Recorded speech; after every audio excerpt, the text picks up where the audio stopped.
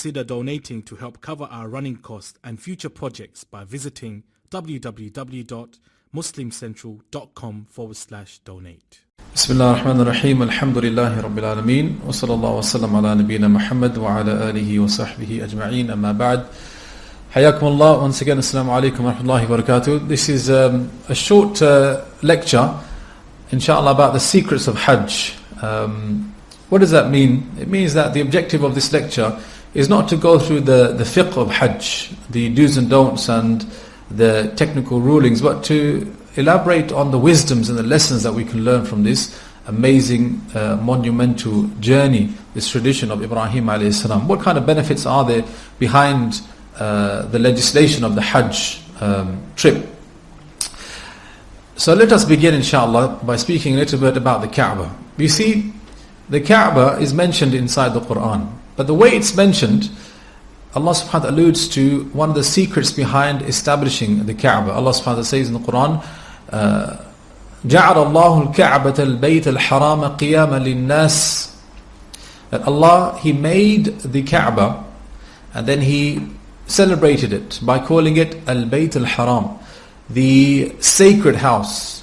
قِيَامًا لِلنَّاسِ, for a particular reason. The word قِيَامًا لِلنَّاسِ, Imam Qurtubi said, it means that Allah made the Kaaba in order to bring the people together so they could reform and rectify themselves. And that is why Allah made Mecca, which was a barren desert, a place of safety and security where people from all over the world could come to and visit. Okay? And so subhanAllah, this is in fact something that we all know. How many people do we know personally that have been on Hajj and been deeply affected by it? Yeah. For example, Malcolm X. His Hajj trip made him into Malik Shabazz. Yes, made him see what was the true Islam. Many people, when they go Hajj, they are overwhelmed with the sights of Hajj, the ritual of Hajj, and all of the acts of worship Allah subhanahu wa ta'ala has legislated, and it transforms them. This is something Allah mentioned in the Quran. Now what is amazing about the Kaaba is that the amount of people that visit it the whole year round, on top of that, the impact that it has on the people. Now if you think about it, is there anything else in the world like the Kaaba, an attraction, a theme park or something, that has the power to pull people from all around the world to come to it every single day of the year, and moreover in their millions, and on top of that to be able to affect them in the way the Hajj and the Umrah affects people? No, there isn't.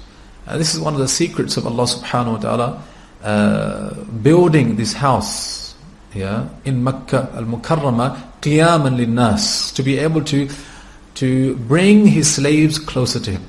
And it shows us that Allah has many ways to bring His slaves close to Him. And one of the really monumental ways is in the legislation of the Hajj journey. It is designed to develop and reform people in many ways. And this is one of the objectives of this lecture, to show you how Hajj gives tarbiyah to the human being. What does that mean? It means, how does the Hajj reform and develop a person in many different dimensions? From the perspective of their love for their money, from the perspective of their body, because the Hajj has so many rituals, yeah, which are physically demanding. From the perspective of spirituality, yes, making the talbiyah and all of the rituals, making the tawaf, they all have, especially the Arafah, subhanAllah, has a huge spiritual impact on a person. Yeah. So inshallah, these are some of the ways that the Hajj, we will speak about how it impacts on a person. There's one very interesting hadith. The Prophet ﷺ, he said that Allah subhanahu wa ta'ala, He sends down 120 parts of mercy to Al-Kaaba every single day. 60 parts are given to the people making tawaf, 40 parts are given to the people making salah, and 20 parts are given to people just staring at the Kaaba. Yes, just staring at the Kaaba. You know how sometimes when you're making tawaf, there's people just standing there. I'm not talking about people taking selfies and all the rest of it. I'm talking about people just staring and amazement at the Kaaba, like, wow, subhanAllah. Yeah. The Prophet ﷺ said, they said, Bayhaqi reported this hadith, and they said the chain is Hasan. Yes, that there will be, this is what Allah sends down every single day, 120 parts of rahmah. Also we know, subhanAllah, actually many of you may not know this, that there is actually a very scary hadith about people who can go Hajj, but they neglect to go Hajj. And in fact, there's many people like this. The Prophet ﷺ said, and I'll read to you what the Prophet ﷺ said. He said, "Man mata wa lam yahuj." Whoever dies and he had not performed Hajj, وَلَمْ يَمْنَعْهُ مِنْ ذَلِكَ مَرَضٌ حَابِسٌ أَوْ سُلْطَانٌ ظَالِمٌ. And there was nothing preventing him, like being sick, or an oppressive ruler who was preventing him, أَوْ حَاجَةٌ ظَاهِرًا, or there was some pressing need. فَلْيَمُتْ عَلَى أَيِّ حَالٍ شَاءٍ إِنْ شَاءَ يَهُودِيًا أَوْ إِنْ شَاءَ نَصْرَانِيًا. He said, if that person, it doesn't matter whether he dies as a Christian or a Jew. Imagine. Yes, and this hadith, Ash-Shawkani, he said it is Hasan li ghayrihi, meaning there are many different wordings of this hadith which come together to support it, to make it a good hadith, authentic, subhanAllah. And one of the interesting things I found out as well about Shaitan Iblis, that in the very beginning when he spoke to Allah and he asked Allah to give him some time on this earth, he made it very clear that his mission is going to be to misguide human beings. Yes. But there is one verse, the scholar said, that Iblis in particular wants to make people neglect to perform the Hajj. The verse where he says, فَبِمَا أَغْوَيْتَنِي لَأَقْعُدَنَّ لَهُمْ صِرَاطَقَ الْمُسْتَقِيمِ. He says, because of how you misguided me, subhanAllah, this is Iblis, he said, he blamed Allah for his own mistake. He said, because of how you misguided me, I will sit in ambush for them, صِرَاطَقَ الْمُسْتَقِيمِ, on your straight path. Some of the scholars of tafsir said, Iblis was referring to the paths that lead to the destination of Hajj. Yes, because Iblis, he knows how beneficial the Hajj trip can be for a believer. And based on that, he is very eager to prevent people from making the Hajj. Now on the flip side, the Prophet ﷺ, he also said in an authentic hadith, Sahih Bukhari, that whoever performs the Hajj, okay, وَلَمْ يَفْسُقْ, okay, without any kind of immorality, وَلَمْ يَرْفُثْ, without any kind of being intimate with his spouse, then رَجَعَ كَيَوْمِ وَلَدَتْهُ أُمُّهُ, that he will return home like the day his mother gave birth to him. Which means what? Which means he will return home with guaranteed forgiveness from every mistake he ever made in his life. SubhanAllah, some scholars, okay, and they said this is a hadith, Wallahu alam, they said that there are some sins a person cannot get forgiveness from except on the day of Arafah. That's the only time you can have certain sins forgiven. Yeah? That if you come on Arafah, that is the day where you will be able to find the forgiveness of those sins. SubhanAllah. May Allah give us tawfiq to make this journey and to make it over and over again. Ameen ya Rabbil Alameen. Historically speaking, the Hajj, though it is one of the 5 pillars, it is the last of the 5 pillars. Yes. We know that the Prophet ﷺ, he only made how many Hajj in his life? 2? No, 1. 1 and only Hajj the Prophet ﷺ made. Okay? Now, does anyone know which year he made that Hajj in? I know I don't have any chocolates on offer today, but still try. What do you think? Was it in the beginning when he came to Medina? In his final year? Okay, this is an opinion actually. There's an opinion that it was in the 10th Hijri year, in the final year of his life, and only after a few months, okay, the person actually passed away. Yes. Now, what we know is that Allah subhanahu wa ta'ala, he sent a verse down on the day of Arafah. اليوم أكملت لكم دينكم وأتممت عليكم نعمتي ورضيت لكم الإسلام دينا. This verse inside Surah Al-Ma'idah, I believe verse number 3 or 4, Allah subhanahu wa ta'ala said, today, and this is the day of Arafah, and the Prophet is addressing all of his followers here. They said there were 100,000 Muslims there. A great spectacle to have been seen. And he said, this verse came down where Allah said, today I have completed I have completed for you your religion, and I have perfected over you my favor, and I am satisfied for you Islam as your religion. Meaning the only religion I am satisfied for you with is the religion of Islam. So the scholars said that Allah chose to complete His religion with the legislation of the Hajj. And He chose to seal the mission of the Prophet ﷺ with the legislation of the Hajj.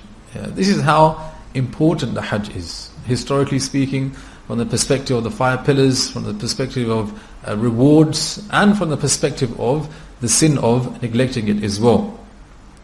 There's another beautiful hadith here as well. The Prophet said, Al-Hujjaju wal-Ummaru wafdullah.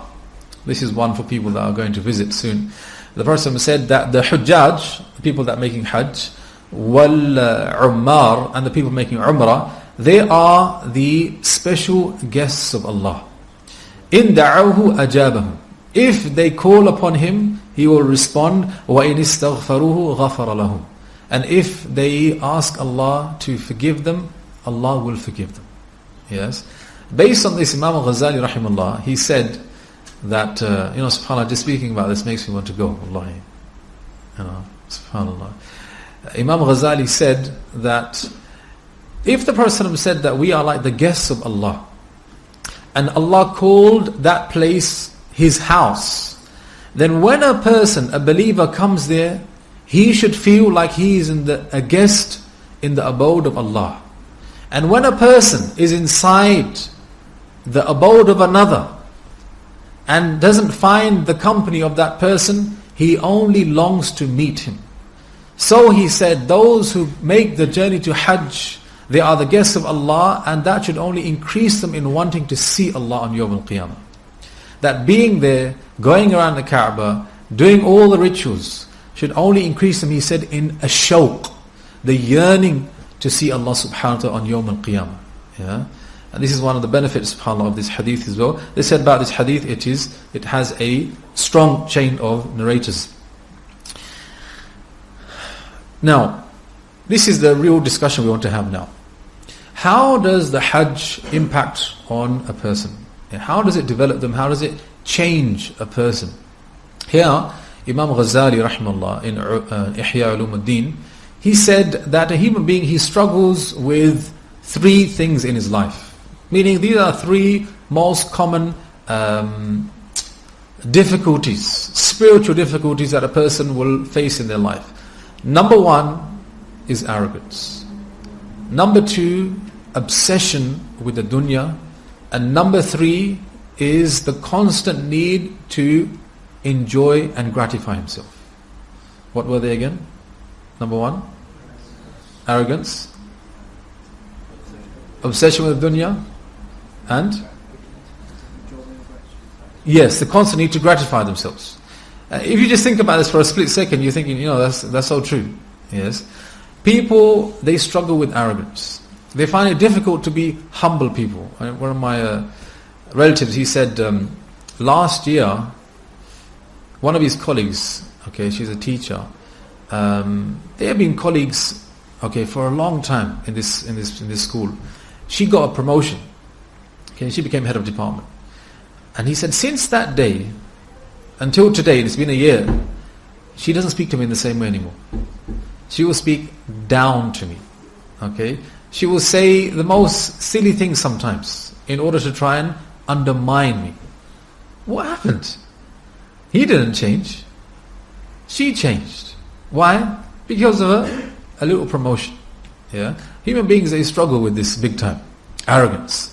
The second one is obsession with the dunya. How many people, they, subhanallah, they just love to shop and love retail therapy.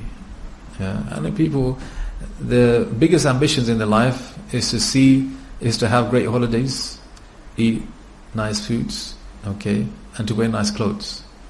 Seriously, for how many people is that their main ambition in life? To do those things. Hubb ad-dunya, obsession with the world. And the third thing, constant need to please and to gratify themselves. Yeah, human beings, they love to spend most of their time doing what they call hobbies, okay, enjoying themselves, from one enjoyment to another enjoyment. For most people, that is the routine in their life. They don't like to do anything except that which gratifies them, to the point that they don't like to help other people because they don't find it something which satisfies their own nafs. Yes. So then Imam Ghazali, I want to read to you what he said based on this. He said, a person needs to be clear and know that the only path that leads to Allah is through the disciplining of the soul from its desires and the need to constantly satisfy it, such that one becomes content with living with the bare necessities and favors instead devoting himself to the worship of Allah in every moment of activity and rest. Yes? So he's basically laying down a premise here that this is what human beings struggle with, and the way they're going to reach Allah is on a path whereby they have to control all of these things. They have to overcome these desires, and they have to favor instead living with little and devoting themselves to the worship of Allah. How is a person going to achieve this? This is where the Hajj comes. Okay, this is where the Hajj discussion comes. So for example, let us begin discussing some aspects of Hajj. The miqat and the ihram. Okay, now people, can I just get a show of hands? How many people have actually been on Umrah before? Of course, yes. Yeah, Umrah or Hajj, sorry. Umrah or Hajj, how many people? Okay, so most of you, mashallah, have been. Yeah, may Allah accept it from you all. We know that when we go, if you're going to Makkah first, we go to Jeddah. And Jeddah, you have to assume the ihram. Yeah, you have to get into the state of ihram. If you come from Medina, in Dhul Hulayfa. What is that all about? Why is it that, when you enter into that area, things have to change? You have to dress in a particular way for men, and certain things become haram, which were completely fine to do.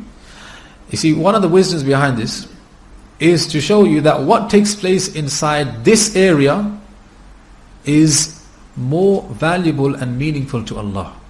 And for you to recognize that, you have to change something about yourself.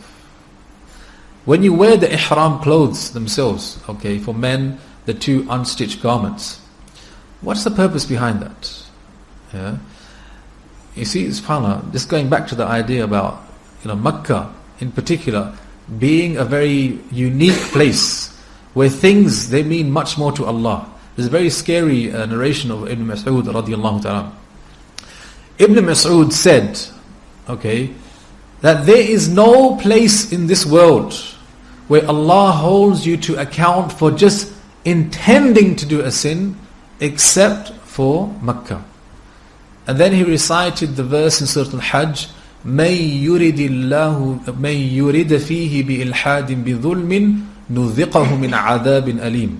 Allah said, whoever intends to violate it with some oppression, we will let him taste a painful punishment. Notice the words may yurid, whoever intends. You just think about doing something bad, it's possible that Allah would punish you just for that. Yes, that is how sensitive that is.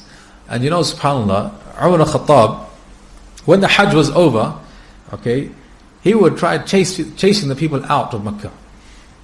He would go to the people of Yemen, he say, people of Yemen, go back to Yemen. People of Iraq, go back to Iraq. People of Syria, go back to Syria. And then he said, خَشِيتُ أَن يَأْنَسَ النَّاسَ بِهَذَا الْبَيْتِ. He said, because I fear that people will lose the novelty of this place. That they will just think of this place as another place. But it's not another place. This place is unique. Yeah, so he would literally tell people not to come, to leave straight away after the Hajj. Yes, and this is from the wisdom, the hikmah of Umar al-Khattab radiyallahu ta'ala anhu. Okay, so the ihram. Okay, what are some of the wisdoms behind wearing these unstitched garments? From the wisdom of the ihram, my brothers and sisters, is in order to remind the person, okay, to be a humble human being. Now, this is very powerful, in fact, because the way you dress affects your psychology. Agree or not? Imagine, for example, for a moment, that someone dressed you up like a king, put a robe on you, a fantastic crown, made you sit on a throne. You know what would happen? You start to order people around as if you're a king. Okay. You're not a king, You've just been dressed up like a king. But you know what? You will start behaving like a king. True or not? Yeah. So here, the ihram, wearing those garments, okay, is a way of breaking your nafs and making you into a more humble human being. Now what is amazing is that the Hajj requires you to wear it for a number of days. Okay?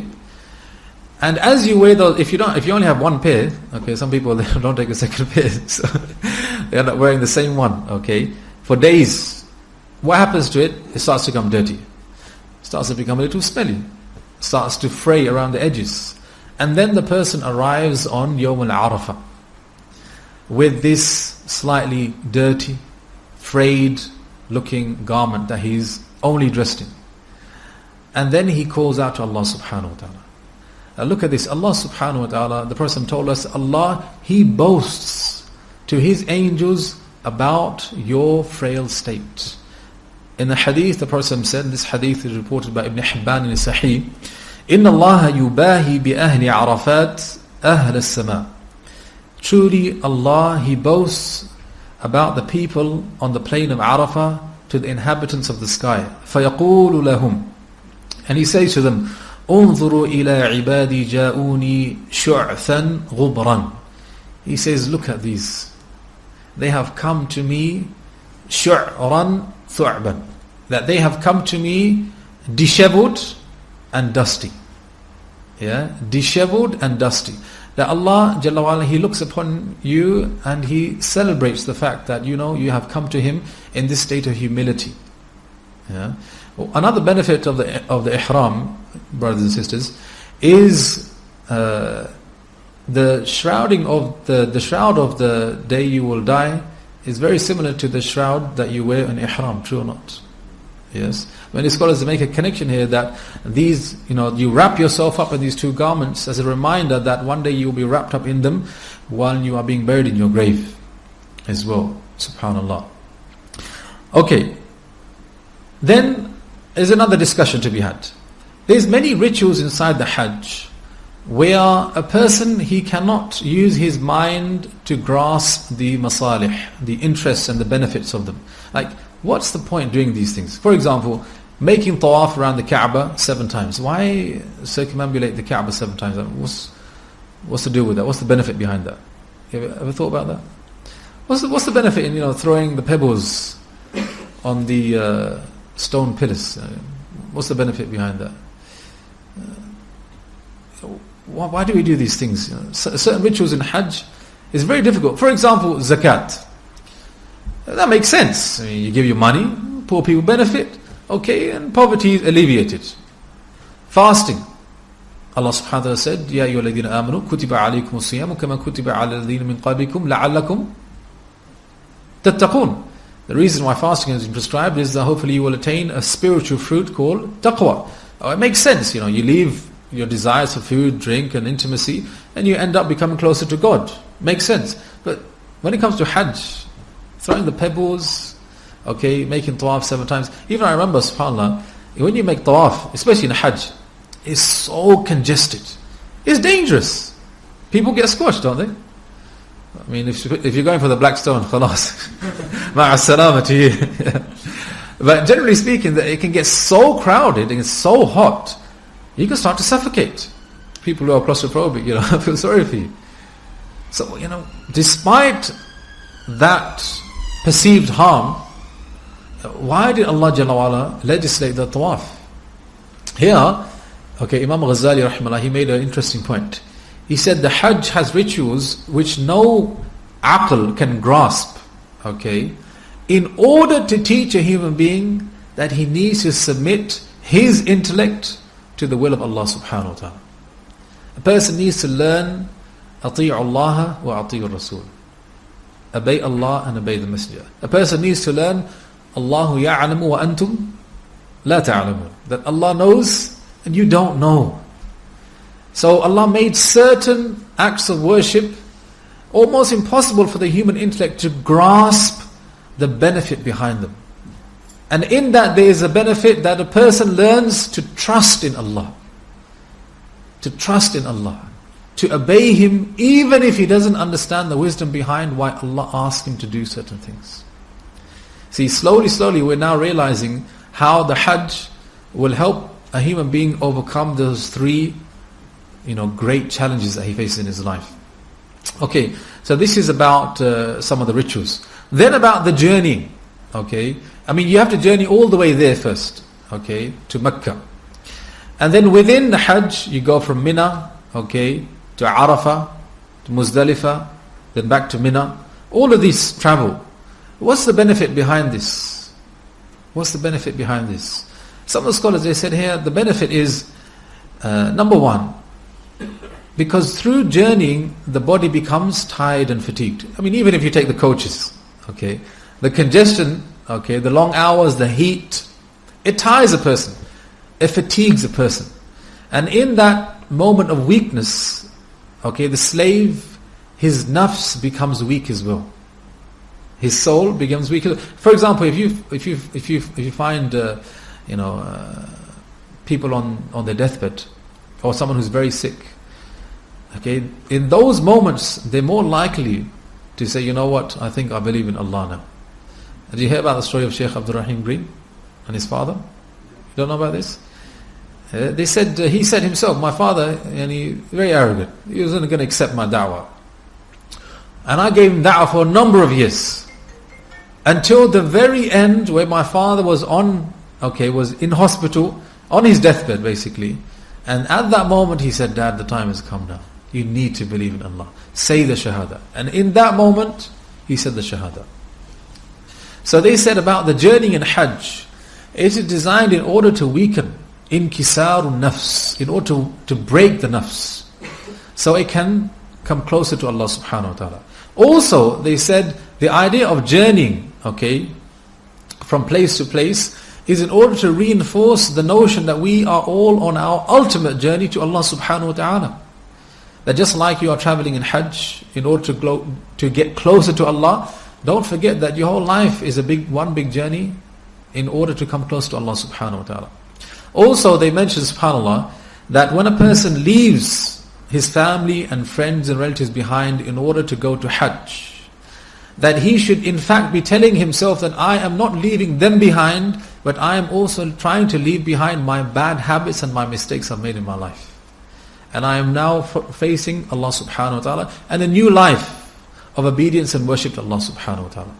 Okay, these are some of the wisdoms behind the journey. And finally, inshallah, subhanAllah, the sa'i. Going back and forth from Safa and Marwa. What's the benefit behind this? We know it's a tradition, of Hajar, the wife of Ibrahim alayhi salam, and the story of Ismail. But putting the history to one side, is there any benefit behind this, going back and forth? I remember the first time I went for Umrah, my parents took us in Ramadan.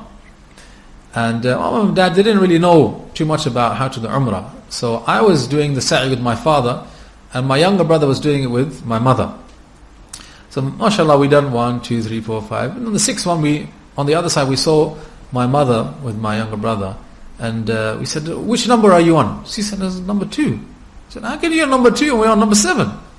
She said, yeah, 1, 2, 3.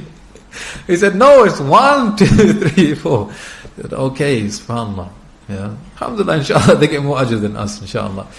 But what's the benefit of this? Especially the running in the middle as well. Some of the scholars, subhanAllah, they said, one of the benefits of the sa'i, of toing and froing, is to think of it like a subject who goes back and forth to the castle of the king. He comes to the king with some need, and the king gives him instructions, and he goes away. After fulfilling them or making some mistakes, he returns back again. And this is his life, back and forth. They said in the same way, the believer, this is a relationship with Allah. That he comes to Allah to seek His forgiveness and to ask His blessing. And then he leaves only to return after making some mistakes and some shortcomings to once again seek the blessings and the forgiveness of Allah subhanahu wa ta'ala. And they said this is the sa'i. It is a reminder of these things. In conclusion, inshallah, we'll leave it to some questions. What we learn from this short lecture, my brothers and sisters, is that the Hajj is a monumental journey. And it is a tradition that has so many benefits and wisdoms built inside of it. And at the core is the idea of developing the believer in many different dimensions. I forgot one dimension, and that is the love for money. You know, one of the brothers sitting in this gathering, mashallah, he's going on Hajj and taking his family. Big family, and his mother and father as well. He said, I'm going on Hajj with my family, it's 8 of us, it will cost us £45,000. £45,000. MashaAllah, tabarakallah. Yes. You know there's a verse in the Quran, لَن تَنَالُوا الْبِرَّ حَتَّى تُنْفِقُوا مِمَّا تُحِبُّونَ. Allah says in Surah Al-Imran, you will not attain piety until you spend from that which you love. See, the Hajj is always going to be a costly affair. Fair enough, it's more costly today than it was before, no doubt. But the idea of having to spend your money in order to worship Allah, what does it do? It proves that, you know what, you truly do love Allah. Because as the saying goes, you put your money where your mouth is, right? So if you're truly going to spend thousands of pounds in order to come closer to Allah in the Hajj, what does it do? It only illustrates that, you know what, inshallah, inside of you, there is birr, there is piety. So the way it develops, therefore, is it develops you on account of your relationship with wealth. It develops you on account of your physical body, because in the Hajj you have to walk around a lot, okay, you have to endure a lot. This is another thing. It develops you on account of your spirituality. A person through all of these rituals will gain a closeness to Allah like never before.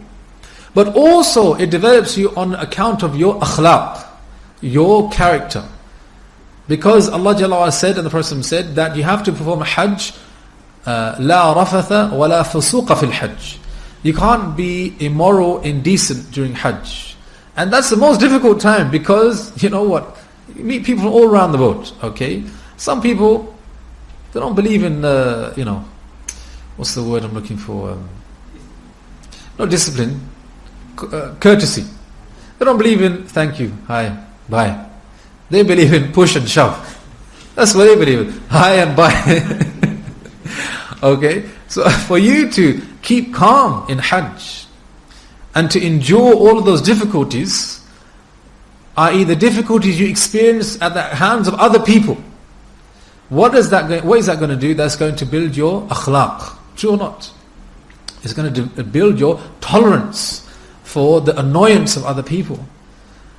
Okay, so in all of these ways, yeah, does the Hajj, it impact on a person to develop them, to bring them closer to Allah subhanahu wa ta'ala, and to make them a better believer. We ask Allah subhanahu wa ta'ala that those of us who have performed the Hajj and Umrah to accept it from us, and to give us the tawfiq and the means to go again. Ameen. And those who have not been, we ask Allah to guide them and to give them the means to fulfill the Hajj journey. هذا وصلى الله وسلم على نبينا محمد وعلى آله وصحبه أجمعين. بارك الله فيكم وجزاكم الله خير. Any questions? Anyone wanted to ask anything? Again, this is not about the fiqh of Hajj. Okay, so don't ask me if you comb your hair too hard, what shall I do? Any questions? Yes. What's the virtues of doing the Hajj for somebody else? The virtues of doing Hajj for somebody else. So, inshallah, if you do the Hajj for somebody else, okay, you will get a copy of the reward as well as that person as well. Yes. Number two, if that person was from your family, like your father or your mother or relative, then you would have the added reward of silatul rahim, okay, of helping someone from your family as well.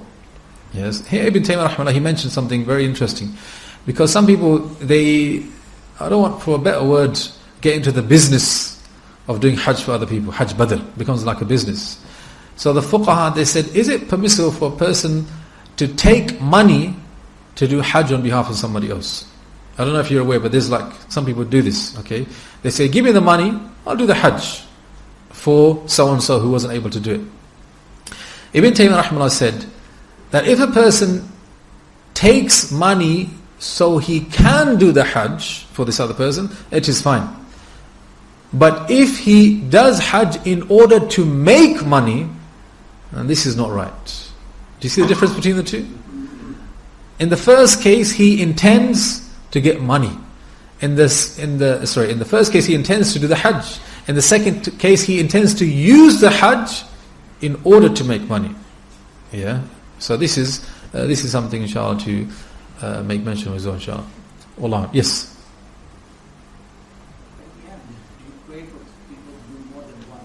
Yes.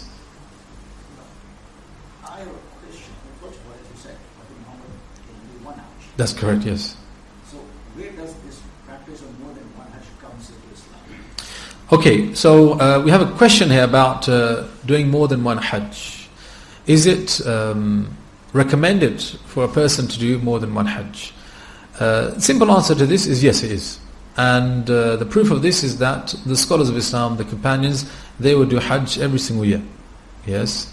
And some of them would make the journey even if they were not living in Makkah or Medina to make the Hajj. Imam, the Fuqaha al-Arba'a, the Imam Malik, Imam Shafi'i, Abu Hanifa, Ahmad, they were known to do Hajj every single year. In fact, the scholars, they would make it a point of meeting other scholars during the Hajj because they knew that they would meet them there because they were always making Hajj. The question, however, arises is, what if my extra Hajj comes at the expense of somebody else's first Hajj? Is this what you're alluding to, perhaps?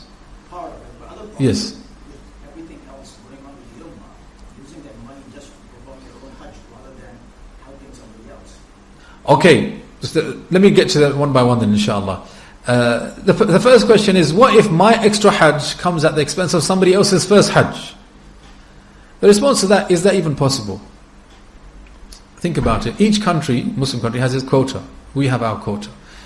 And once our quotas are reached, then the people of this land cannot go on Hajj. The extra people, they cannot go on Hajj. I.e., our Hajj and doing Hajj, whether it's the first or second time, in a way it doesn't really affect somebody else's Hajj. Yeah, for example, in Indonesia, the way their Hajj works is that they have a waiting list. And the waiting list is 10 years long. So if you want to go Hajj, you put your name down. Okay, they have a saying in Indonesia, if you want to be religious, you've got to decide 10 years before. Yeah. So you put your name down, and then, subhanAllah, the government pays for you to do your Hajj. They pay for you to do your Hajj. Okay, so will my Hajj somehow stop somebody else's? It seems very unlikely. Yes, it seems very unlikely to think of it like that. However, the people who should think about that are not the people going on Hajj, it's the people in charge of the Hajj. Yeah, do you get that? The people in charge of the Hajj, they are the ones who need to look after the interests of the whole Ummah as a whole, basically. As for us, we should try and do as much Hajj as possible. Yes? The second question was, spending £5,000 for Hajj, and it's your second Hajj. Why not give that £5,000 to some poor people? Isn't that better? What do you think? You're shaking your head. Why are you shaking your head?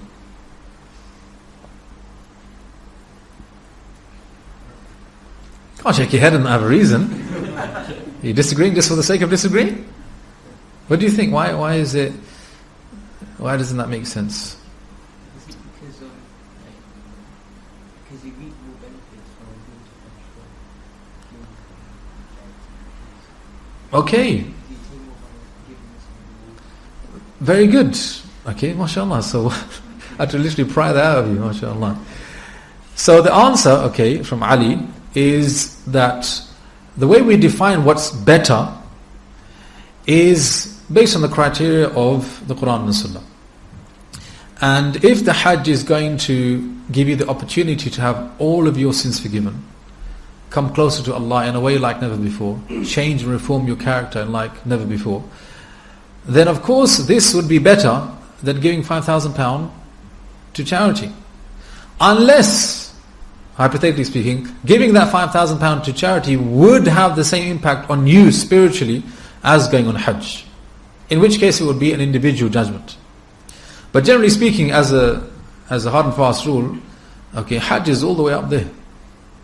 And just because you're not helping anyone else on a humanitarian basis, it doesn't mean that it is less virtuous than a humanitarian cause.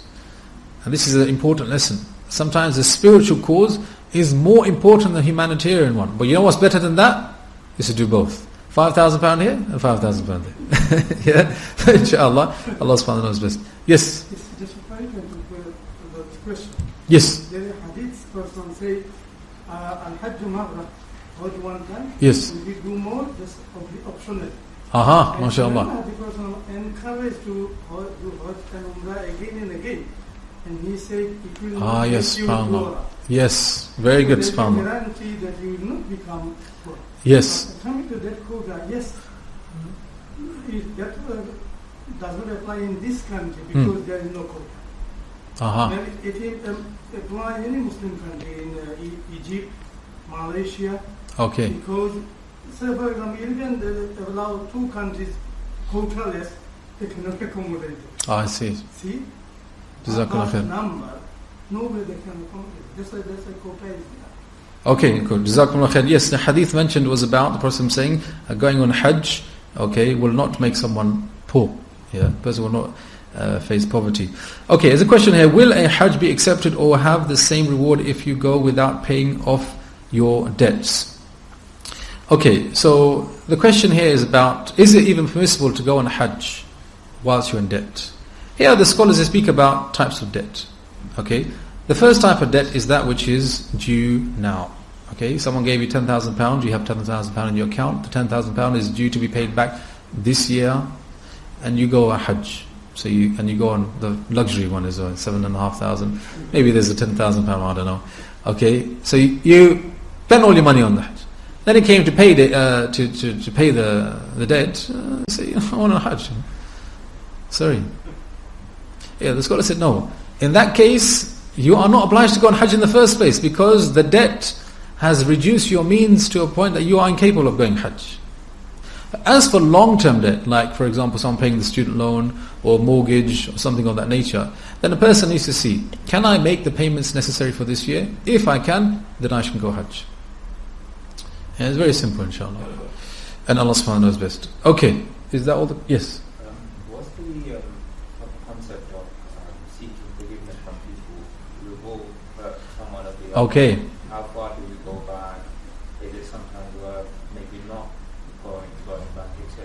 Can you elaborate on that? Okay, good question. As often the case, when people go for Hajj, they usually send a WhatsApp message or text message, Maafi mango, please forgive me for everything I've done. I'm going on Hajj. Yeah. Is this something from the Sunnah of the Prophet ﷺ? Imam An-Nawawi rahimahullah, he wrote about etiquettes of Hajj and Umrah, and he mentioned one of them is to seek forgiveness from people before one goes on their journey. And he said this is in order to set you up, in order to gain the maximum amount of benefit from the Hajj and the Umrah possible. Because as we know, if you have trampled over the right of somebody else, then the only way you can have that forgiven is if that person lets go.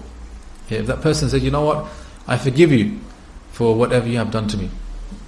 So this is part of the wisdom, okay? In order to make you set yourself up to get the maximum reward and the forgiveness on the Hajj. As for the length you should go, it seems as though if you know in your mind that there are certain individuals that you have wronged, either by backbiting them or stealing from them or anything, okay? And if you sought their forgiveness sincerely, they would forgive you, okay? If you told a brother, you know what,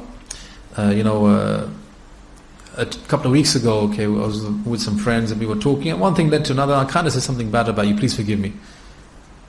Can you do that? And he says, yeah, that's fine. Do that. But if you think you're going to say to me, I kind of said something bad about you, and you forgive me. What? How dare you? In front of those guys, of all people? Oh man, I knew you were like that. In that case, what should a person do? Here the scholar said, you should speak good of that person who you spoke evil of in the presence of those very people who you spoke bad of him to. Because you detracted from his honor, and the least you can do is to replace that honor. So if you did speak badly about him amongst your friends, in the next gathering you say, you know what, that guy though, man, mashallah, tabarakallah, the amount of sadaqah he gives. I saw him making sajda for like 2 minutes. Guy's an angel, mashallah. Yeah, I'm just exaggerating, but you get the idea. Okay, so that's one of the ways. But generally speaking, if you tell people, I'm going for Hajj, please, I really need you to forgive me. Hopefully, inshallah, you move in those kind of circles, inshallah. Okay. 2 questions then. Okay, to yourself first, and then we are Azan time now. We have a few minutes until. Okay. Just to build on the brother's question. Yes. So, excuse the pun, but I'm playing devil's advocate here, right? Sure. So if you have previously gone and asked someone for forgiveness, but they're not willing to hypothetically let it go. Yeah. What more can you do? There's only so much you can do. Yeah, the brother asked a question, look, you've been there, you've asked forgiveness, the person's not letting go, what should I do? Yeah. It's not the wife, is it? No. Hypothetically, obviously, yeah. The main point here, Habibi, is that you have to try your hardest. And you have to try it in different ways. Yeah. Once Abu Bakr and Umar, they fell out with one another. Okay. Abu Bakr said something mean, and then he regretted, he asked forgiveness. Umar al-Khattab said, I'm not going to forgive you. Okay, and the Prophet ﷺ, he was so distraught, he went to the Prophet ﷺ, he said, Ya Rasulullah, this is what happened, he's not forgiving me, what should I do? Okay, and the Prophet ﷺ, he made a special dua for him. But at that moment, Umar came back and he said, you know what, Abu Bakr, he sought forgiveness and I didn't forgive him, I'm such a terrible person. So he came back as well to the masjid, and the Prophet ﷺ said, don't ever annoy this one of mine, Abu Bakr as-Siddiq. So the lesson from that story is that a person needs to go above and beyond to try and make things right. If you do that, inshallah, okay, on the day of Yawm al-Qiyamah, inshallah, you'll be free of that sin. Inshallah, yeah. Or part of making it right with someone is to ask Allah to open their heart to accept your forgiveness as well. Allah. Okay, last question, inshallah. In requesting for forgiveness from people, is it permissible to ask for a text or a WhatsApp saying that you've done it, and it's up to the person to respond? Right, yeah, it's not one of those, it's in your inbox, Giza. It's not one of those, you didn't get the email, it's not my problem. You need to choose a means which is going to achieve the goal. If a WhatsApp message is going to do the trick, alhamdulillah. If it's not going to do the trick, you need to think about what will, inshallah. Okay, barakallahu feekum, jazakumullah khair.